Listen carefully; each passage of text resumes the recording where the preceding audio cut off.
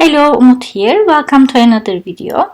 Today I'm going to create an art journal page. I'm using my Dilutions art journal, and today's video is totally inspired by a beautiful book cover that I'm going to show you. It's Gingerbread by Helen Oyeyemi. It's a new book that I was reading, and when I look at the cover, I said, "What a beautiful cover!" Maybe inspired by it, I can create an art journal. I'm going to create my background with two distress inks. One is tumbled glass, one is evergreen bow. I'm going to blend these two colors at the background. And I will talk about the book more at the end for the ones who are wondering about the book. So don't worry, but let's first create our art journal. And then I will tell you quickly what the book is about, because the book is actually has magic inside. That's why it happens in our world and another magical world. So that's why I was inspired to create this art journal. After I created my background with two colors, I'm going to do a lot of stamping today, because I'm trying to create the border of leaves and florals that you saw on the book, and I started with this stamp that I like a lot, and I will do most of my stamping with my black archival ink. This stamp is from Hero Arts and it's called Leafy Vines. I think it's still available. It's very beautiful. And I have these houses to create my scenery. I think I bought these very cheap from a local store, something like that. So I don't even have a proper packaging. I must have bought it on the go somewhere that I stumbled upon. But there are a lot of house stamps around from a lot of brands. I'm sure you can find. I'm having a little bit difficulty having the impression perfect, so I stamped it again. And I have this moon stamp from Lavinia Stamps. They have whimsical stamps. I love their stamps. So I'm going to stamp a moon on the corner of my page too. As you see, I will create all my scenery like this. Now I have these whimsical houses that look like mushrooms, again from Lavinia Stamps. And I'm going to stamp these around my houses, again with black. My objective is to have a little bit of scenery and have a magical scenery to go with the sentiment that I'm going to put, and my sentiment will be once upon a time. It's like inspired by the magical book, a magical scenery. Again, I didn't have a good impression, but I won't stamp again. I will just take my black marker and go over the lines that the stamp could stamp and draw it myself. So if you can't get a perfect impression, you can use this method as well. I am after more or less a monochromatic look. That's why I am always stamping with black, and it's a night scenery. That's why I chose to do it this way this time. And I found other beautiful whimsical plants from Lavinia in my stash, so I am also using those. Basically, I brought a lot of stamps with me, and I'm just enjoying my time stamping with lots of stamps that I didn't use for a long time. And after I finish with this one, I have another plant that I wanted to use, so I'm going to stamp with that as well. Basically, you can use whatever you have in your stash to create a night scenery with your houses, plants, anything you have. It doesn't need to be anything specific. I pulled out other stamps with leaves as well. This is from Fiskars, and I looked and looked on the pack to see the name of the stamp, but it doesn't say. So later on I'm going to show you the number on the barcode, so maybe you can find from there. but really it doesn't matter. I'm just using whatever I have. Here is the barcode if you want to look specifically for this stamp set. And I'm going to pull out another leaf from this stamp set, and this time I'm going to use Paradise Teal, another archival color.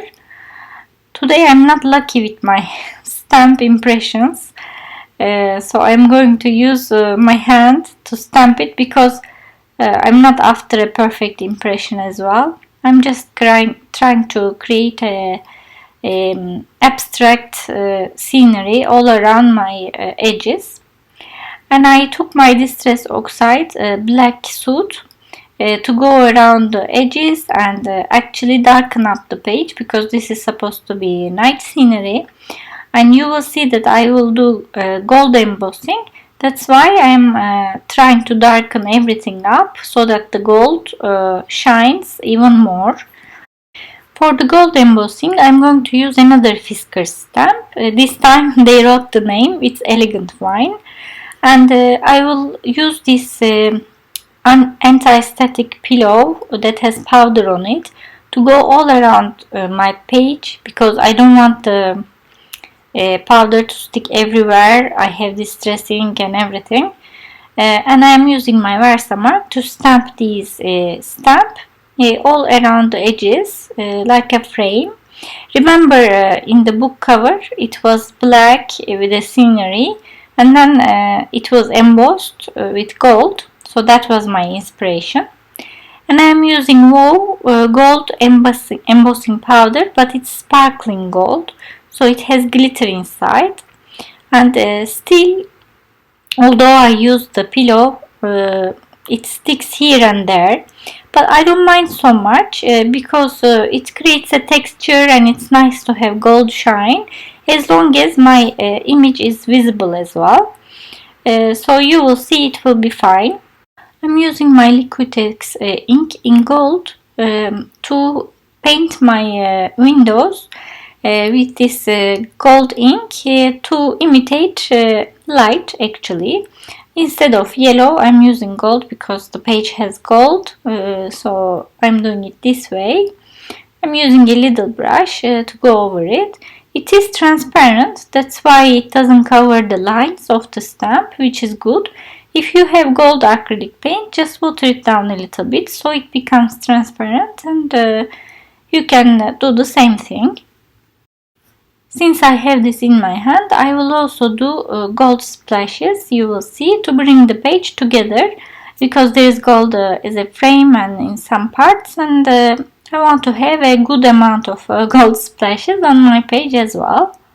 To add a couple of nice details, I'm going to draw this and have hearts coming out of the house instead of smoke. I have my Martha Stewart heart confetti punch that I love and use again and again. I just painted these hearts to black, and I'm sticking them on my page as if they are coming out of the house. I think it's a cute detail to add some things like this, and I'm going to stick a couple of them here and there as well to complete the scenery.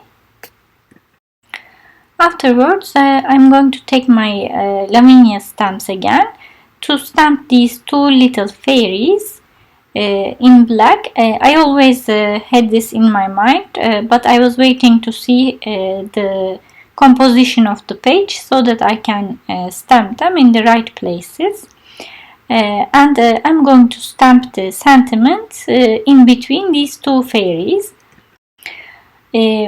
As a sentiment, I'm going to stamp Once Upon a Time, because it's like a fairy tale sentiment.